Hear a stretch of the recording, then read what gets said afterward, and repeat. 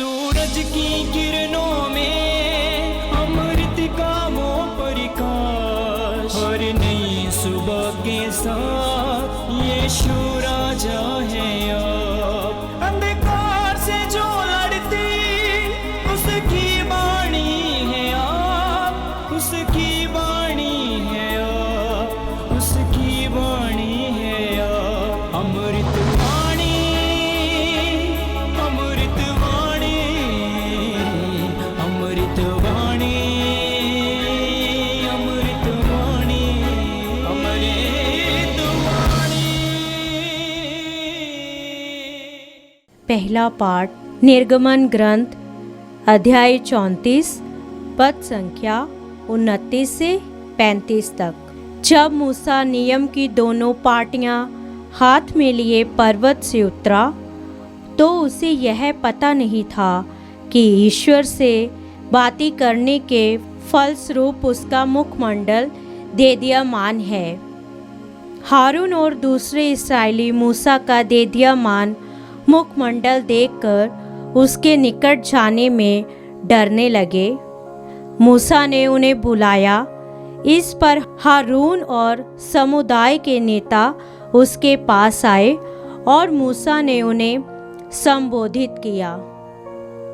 इसके बाद सभी इस्राएली उसके पास आए और मूसा ने उन्हें वे सब आदेश सुनाए जिन्हें प्रभु ने सीनै पर्वत पर उसे दिया था। लोगों को संबोधित करने के बाद मूसा ने अपना मुख पर्दे से ढक लिया।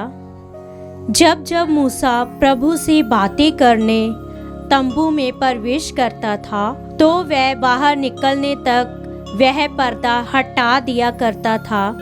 बाहर निकलने के बाद जब वह ईश्वर से मिले आदेश इस्राएलियों को सुनाता था तो इस्राएली मूसा का देदीयमान मुखमंडल देखा करते थे। इसके बाद प्रभु से बातें करने के लिए तंबू में प्रवेश करने के समय तक मूसा फिर अपना मुख पर्दे से ढक लिया करता था। यह प्रभु की वाणी है। ईश्वर को धन्यवाद। अनुवाक्य। हे हमारे प्रभु ईश्वर, तू पवित्र है। हे हमारे प्रभु ईश्वर, तू पवित्र है। हमारे प्रभु ईश्वर को धन्य कहो। उसके पाँवदान सियोन को दंडवत करो, वह पवित्र है। अनुवाक्य। हे हमारे प्रभु ईश्वर, तू पवित्र है। हारून और मूसा उसके पुरोहित थे। सामुएल उसकी उपासना करता था।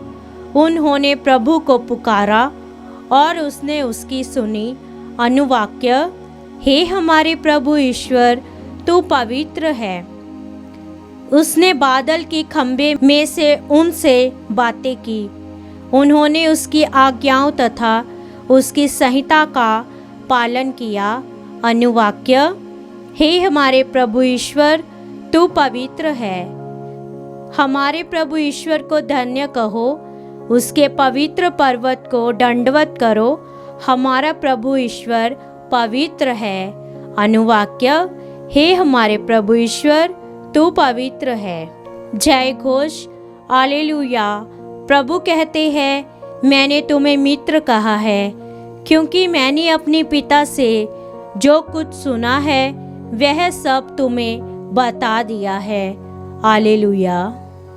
संत मत्ती के अनुसार पवित्र सुसमाचार अध्याय 13 पद संख्या 44 से 46 तक। स्वर्ग का राज्य खेत में छिपे हुए खजाने के सदृश है, जिसे कोई मनुष्य पाता है और दोबारा छिपा देता है।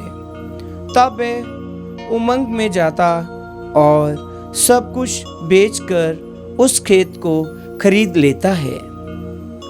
फिर स्वर्ग का राज्य उत्तम मोती खोजने वाले व्यापारी के सदृश है। एक बहुमूल्य मोती मिल जाने पर वह जाता और अपना सब कुछ बेचकर उस मोती को मोल ले लेता है। प्रभु का सुसमाचार। क्रिस्त की जय।